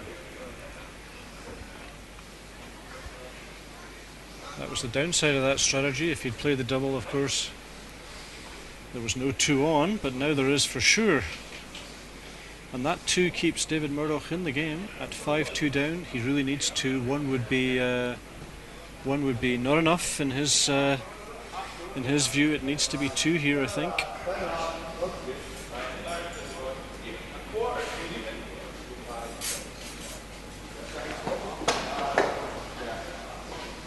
Don't think too much can go wrong here, Mark. Well, he needs to play this. He needs to take a chance and try and score two. The good thing about this shot is even if he does not make that double perfectly, he will have a good chance of still getting 1 point. And that's not the end of the game. No, 5-3 down with two to go. It's clear you got to steal twice. But So 2 points here would really bring him back into the game. So David Murdoch, last stone in sixth, looking for a double for 2 points.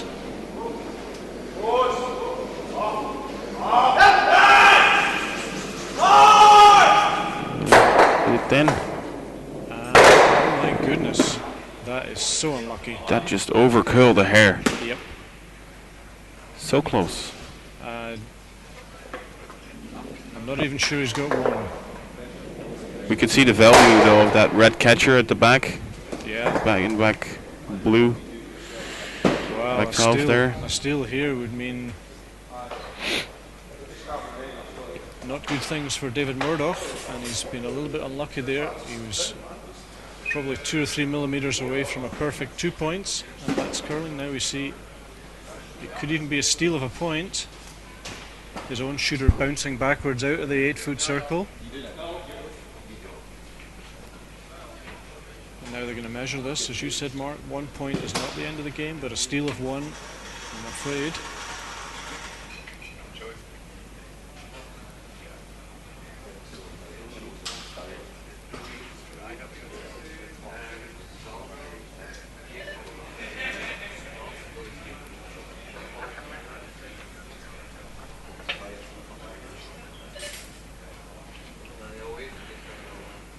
It's yellow. Or not sure.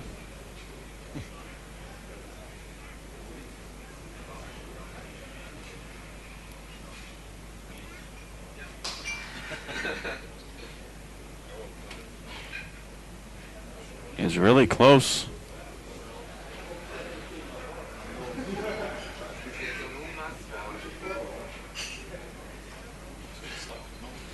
if they can't decide which one is better, this will be a blank end. Pretty rare to happen in the 8 foot, but it can happen. Seems to be a bit of a movement there. And it's red. Unbelievable. So that's a huge turnaround.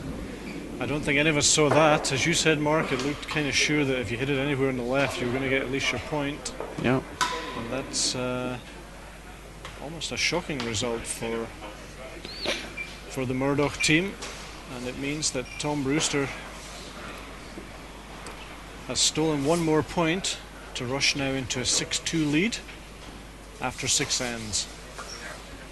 And that shows us we can predict a lot of the stuff up here, but the rocks will always show us different. It will show us wrong. If you've just joined us this morning, we are in Baden, Switzerland. This is the 2011 Baden Masters, part of the Curling Champions Tour. My name is Brian Gray, and alongside me, Mark Neleman, a skip from the Netherlands. And we are bringing you the live coverage of the one remaining semi-final between Tom Brewster of Scotland and David Murdoch of Scotland.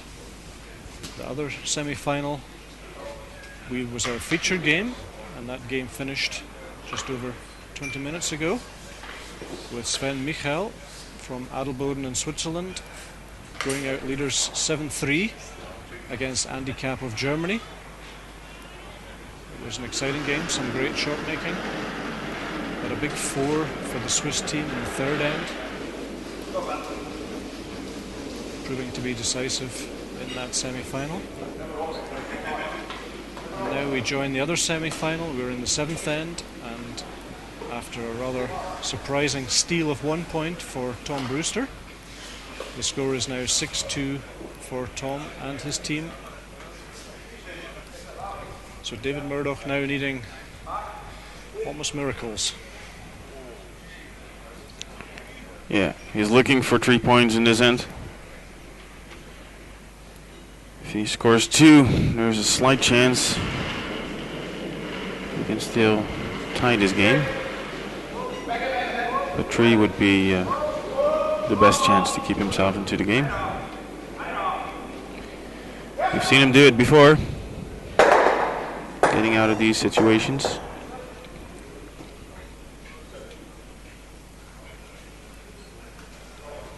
I think it's fair to say at this level to steal 1 point is almost a 50-50. It's absolutely makeable if you make 2 good centre guards and keep the distance between those guards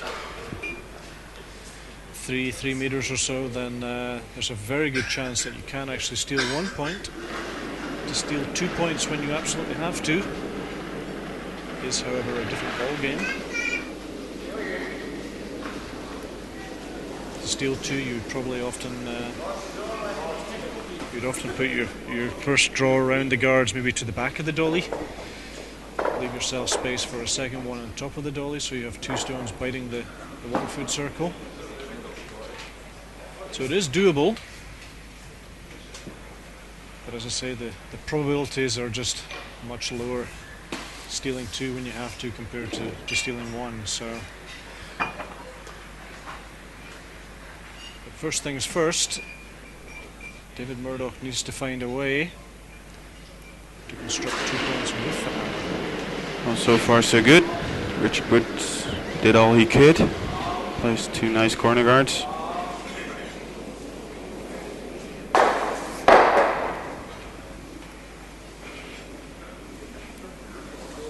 Now we'll see Team Brewster trying to remove as much as possible.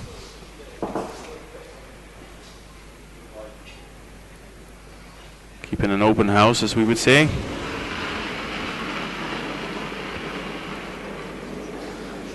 So the strategy at this point fairly clear. Yellow's just continuing to play corner guards, hoping for a nose hit at 1 point from the other Scottish team.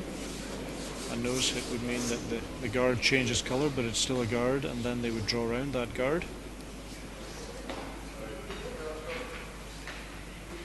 But that's a little bit close in my view. Even if Scotland were to nose that, it's not a particularly useful guard. Guard needs to be a little bit shorter than that and make the run back much harder.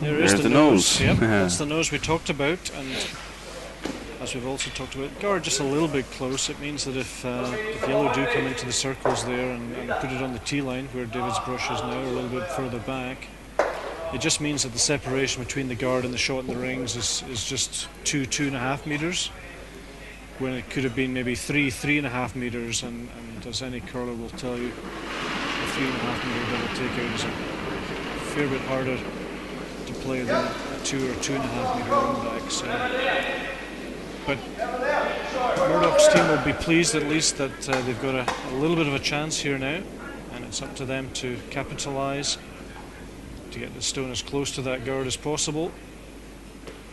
And in fact, they're on the guard, so something not working out there. Don't believe that was the call. Nope, it was not. Now Tom identifying fairly early, there's a triple takeout here. If they can launch that yellow, touch the red guard, and then spring the yellow over, take the stone out in the rings, everything will go.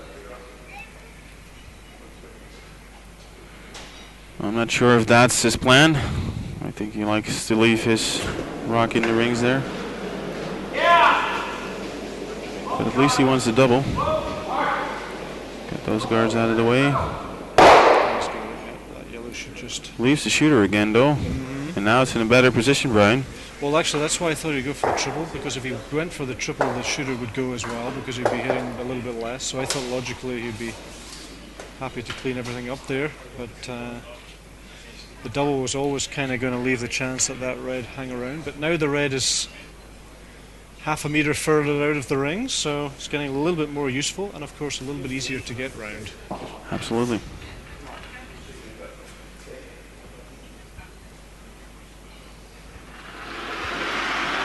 Got the angel on his shoulder working for him, David Murdoch.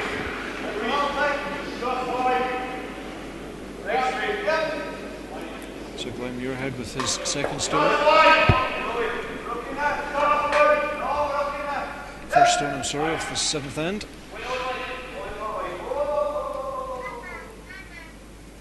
That's a fine looking draw.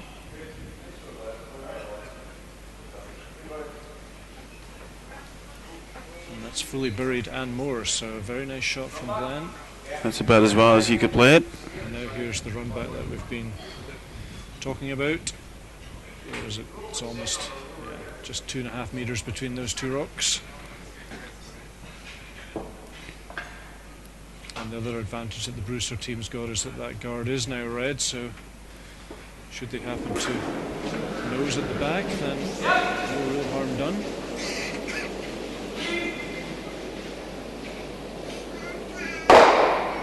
Peel. So now David Murdoch with a real chance of two, and if he can pop one around that corner guard on this side, even a sniff of 3 points.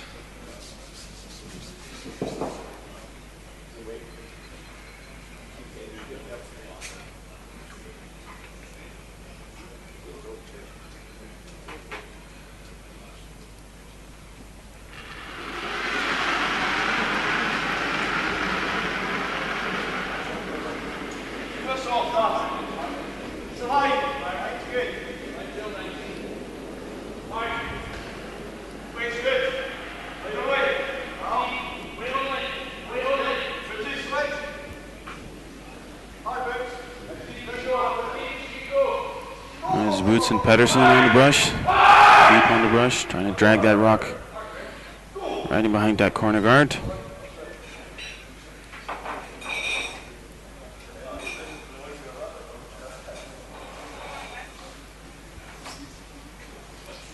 So we've got an email in here from Bob Cowan. Good morning, Bob.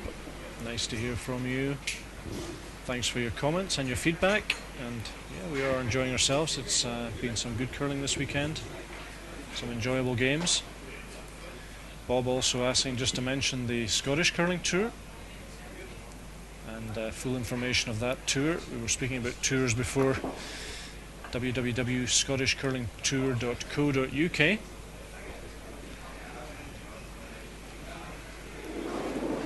Thanks for the information, Bob. Hope that helps, and look forward to seeing you soon. Hope you're enjoying the Scottish final, semi-final, I'm sorry.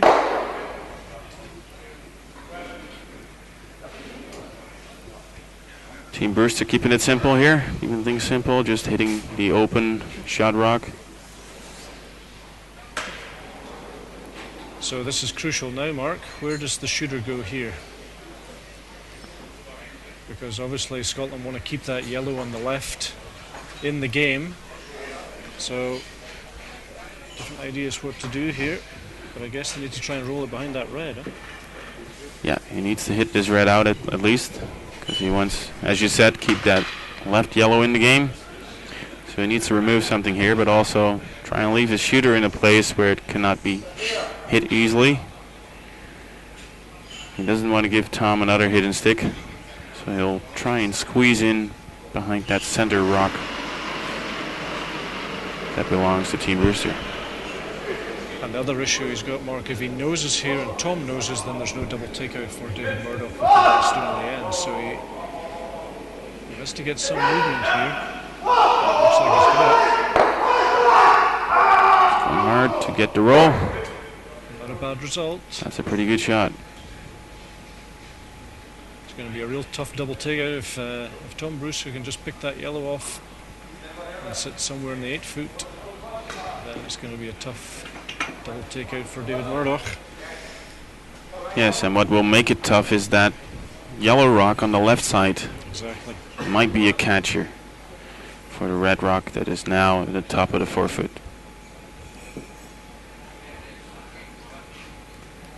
So top priority for Tom, of course, make sure the yellow leaves the rings. And his second priority, try and hold his shooter. Playing a down weight, taking lots of ice.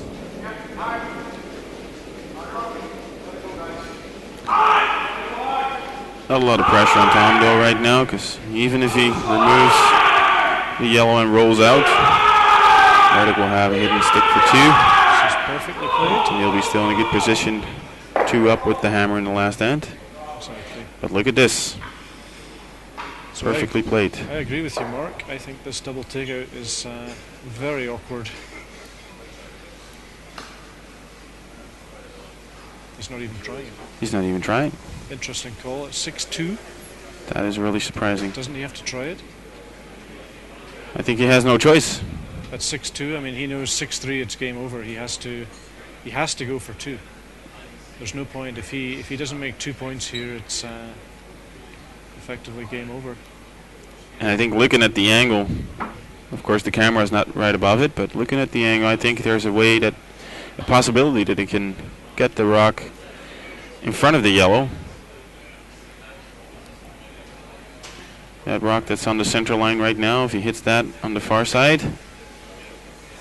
I think he can squeeze that past the yellow on the bottom of your screen. The drag effect that we mentioned before, of course, pulling those stones a little bit down the way towards the yellow.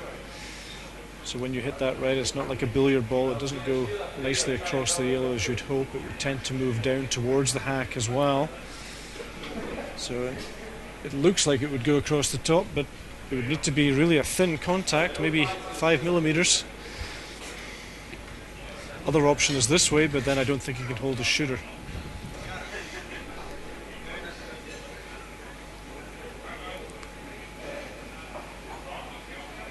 And Mark's reached for the telestrator pen. This is getting serious.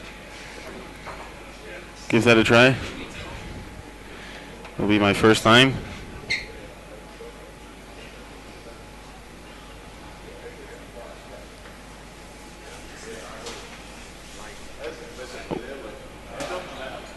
That was not the intention right there. He wants to hit this right here and go to there. Squeeze this red over top of this yellow, but looking at the ice, looking at the broom of Ross Patterson, they're just going straight for the hit on this rock. And that would mean they would score only one. That's effectively a concession. He's conceding the game here. Yeah.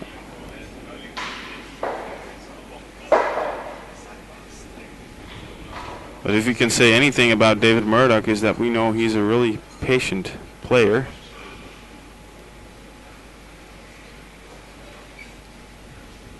And again, he's been in this situation before. So maybe his experience will pull him through. It's going to be a tough job. Well, he's got one end left. It's the 7th end, and it's the start of the 8th end, I'm sorry, and after 7 ends the score is 6-3. So David effectively has to steal 3 points. 3 points.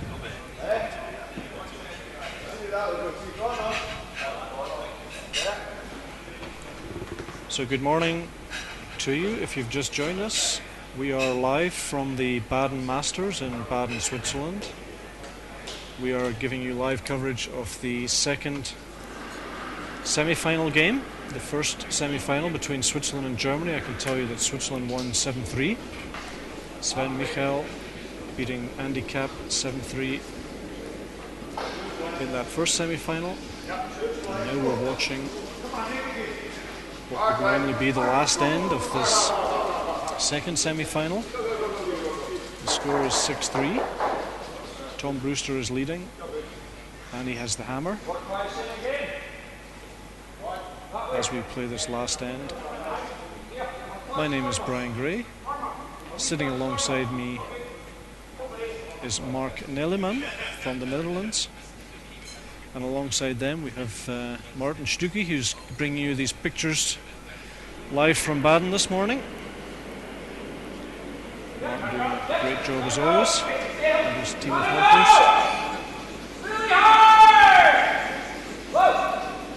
I apologise, this was not our featured game. The featured game, as I said before, did stop after 6 ends, so we've moved the cameras over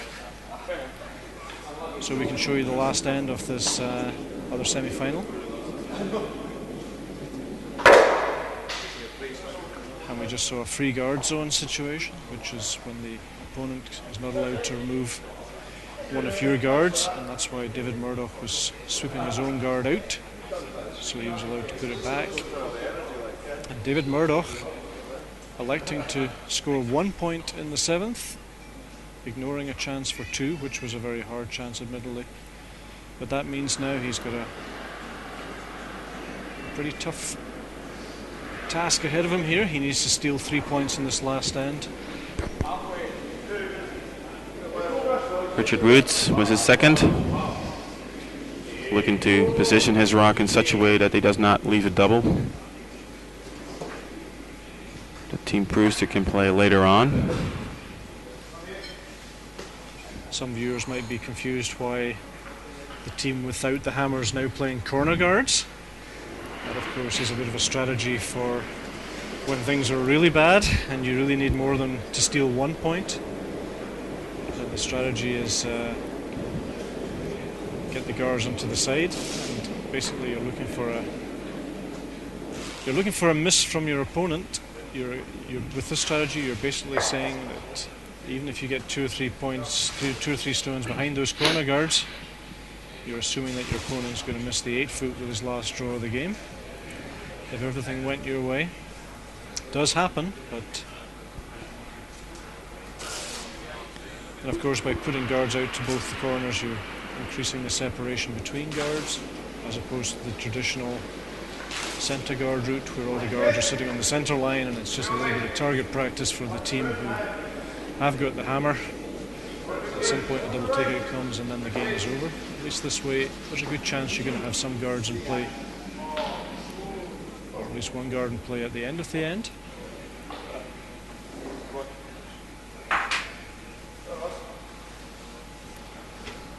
Yeah, exactly, and they're preventing Brewster from playing doubles here. And as you said, they're hoping for a miss Brian. They're hoping for a hit a stick from Team Brewster. Of course, other possibility is that when you're clearing these guards, you either stick, as you say, or even go towards the centre for any reason. Either or, it's all helpful.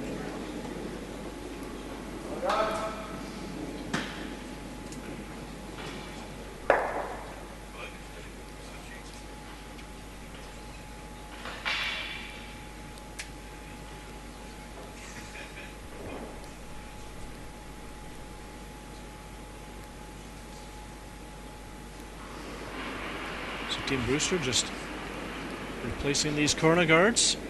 They have one in the ring, so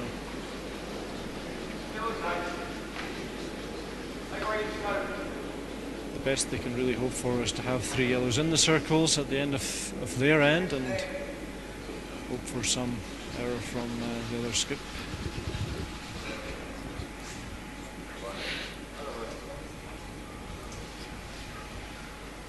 Both teams, of course, with a lot of experience, and don't expect the Brewster team to have any problems whatsoever here. Just keep clearing off those guards. You'll notice they don't try anything particularly fancy like the double takeout or anything like that. They know they just have to keep clearing guards. There's no reason to try any double takeouts, because if they keep clearing guards, then they basically have an open hit to win the game.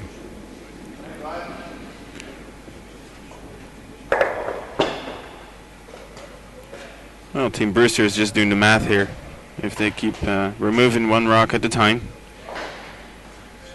and the best that Team Murdoch can do is get 2 points here, and that's, as we know, not enough to bring this game into an extra end.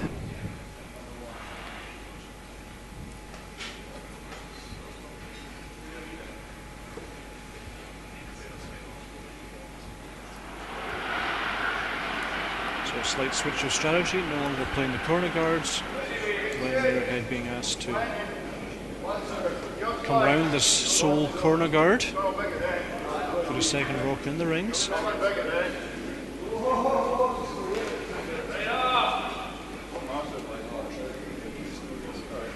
Perfectly played, I have to say, fully hidden. Very nice shot. Might even have overcurled. We don't see the camera angle particularly well, but it's possible that you can actually see the outside edge of that stone. And Tom just confirms that. It's an either or. He just wants to hit the stone in the rings, or if he catches the guard, it doesn't really matter.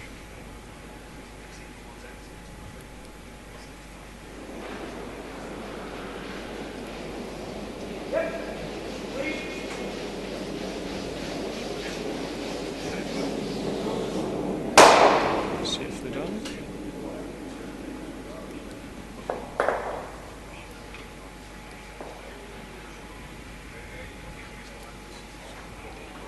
So as this game comes to a close, I'd like to thank Mark for joining us in the commentary box this morning, Mark.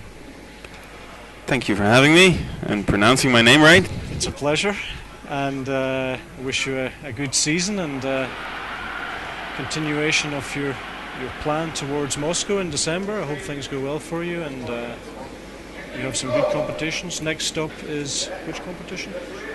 A small one at home, and then it will be Kolibri Kapp in Prague, and our next CCT event will be Champery. And in between, I'll be playing the European Mixed Championships with my family, with my mom and my dad and my sister. So a family mixed team. Sounds like fun. That should be fun. Do you get on the ice? Do you get on well on the ice with each other? Does that work? Yeah, it's okay, for sure. In the past, I used to say never play with your family, but I've come back to that. No, we're actually having fun on the ice. So, That's in Tårnby, Copenhagen at the start of October, is that right? yes, it will be. And here we'll see the team shake hands. So congratulations to Tom Brewster, Tom has successfully negotiated his team through a world-class field into the final of the Baden Masters, where he will play Sven Michel of Baden in Switzerland in the final game, and that promises to be an excellent game of curling. Super ice conditions here at Baden now, so we're looking forward to some interesting and aggressive curling this afternoon. That game starts in exactly 2 hours from now at 13:30 Central European time. So I hope you'll tune in again for the final game. But from now, from Mark and from me in Baden, it's goodbye.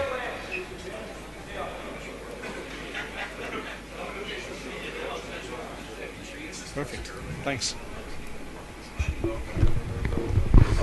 Yeah.